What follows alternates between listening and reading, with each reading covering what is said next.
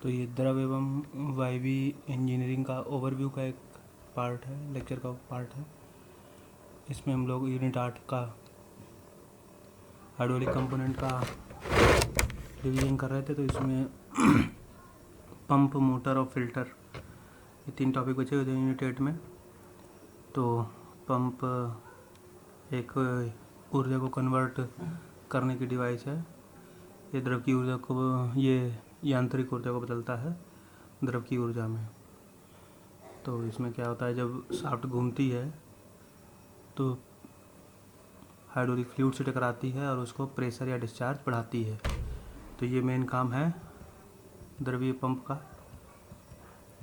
इसी प्रिंसिपल को अलग रख सकते हैं इलेक्ट्रिकल पंप के प्रिंसिपल से।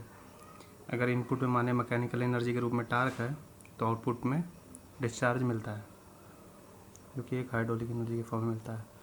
हाइड्रोलिक मोटर एकदम सेम है द्रवीय पंप की तरह।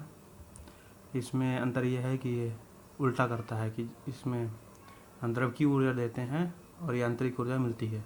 मतलब द्रव को डिस्चार्ज करते हैं किसी शाफ्ट, रोटर ब्लेड और शाफ्ट पे, तो घूमती है, उसके एवरेज में हमें यांत्रिक ऊर्जा मिलती है। तो अगर इनपुट पे कहें द्रव की ऊर्जा है तो आउटपुट पे हमें टार्क मिलता है मैकेनिकल एनर्जी के रूप में। फिल्टर एक ऐसी डिवाइस है जो कि यूज होती है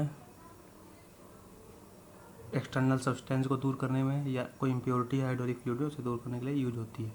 अधिकतर हम इन्हें ऑटोमोबाइल इंडस्ट्री में, ऑयल मशीनिंग में, मैकेनिकल पंप में या फ्यूल के फिल्टर में देख सकते हैं लगा हुआ। तो इन्हें क्लीन करना है तो फिर देखना पड़ेगा। ऑटोमोबाइल में 2 फिल्टर होते हैं, एक प्राइमरी और एक सेकेंडरी। तो ये 2 फिल्टर जो हैं,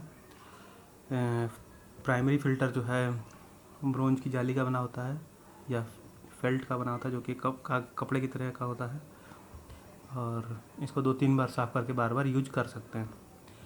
जबकि सेकेंडरी फिल्टर जो है ये कागज़ का होता है, और जब गाड़ी 20,000 या 25,000 किलोमीटर चल जाती है तो इसे एक बार चेंज करना पड़ता है।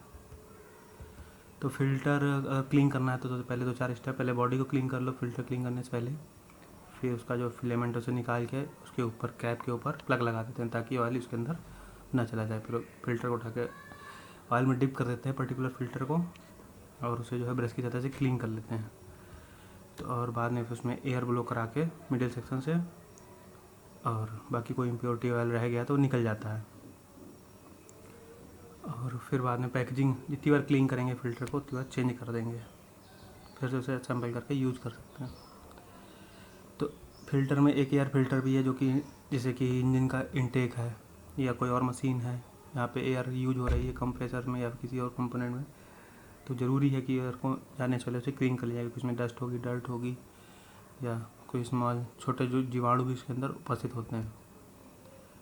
तो ये फाइबर्स के रूप में रेशेदार एक प्रकार का फ़िल्टर लगा होता है। वैसे फ़िल्टर 3 प्रकार के होते हैं मेनली उपयोग के आधार पर: सेंट्रीफ्यूगल, वैक्यूम और प्रेशर फ़िल्टर।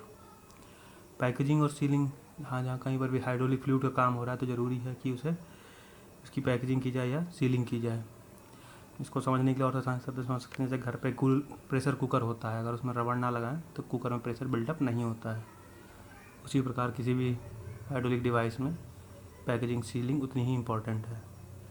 तो इसके लिए हम लोग V ring, O ring, gasket, ये गैसकेट दिखा रहे हैं यहाँ पे, ये सब यूज करते हैं। समझने के लिए समझ सकते हैं कि यहाँ पे बासर के रूप में पैकेजिंग, सीलिंग का काम होता है। तो इसी के साथ यूनिट 8 ख़त्म होती है, और नेक्स्ट उसमें कंपोनेंट ऑफ हाइड्रोलिक सिस्टम पढ़ेंगे।